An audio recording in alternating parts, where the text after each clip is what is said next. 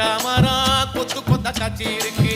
காவக்காரன் தூங்கையில கைய நெட்டி மாம்பழத்தை அறியாம பறிச்சாத்தா இனிக்கும். அடியானிற்குள்ள கடிச்சாத்தா ருசிக்கும். அறியாம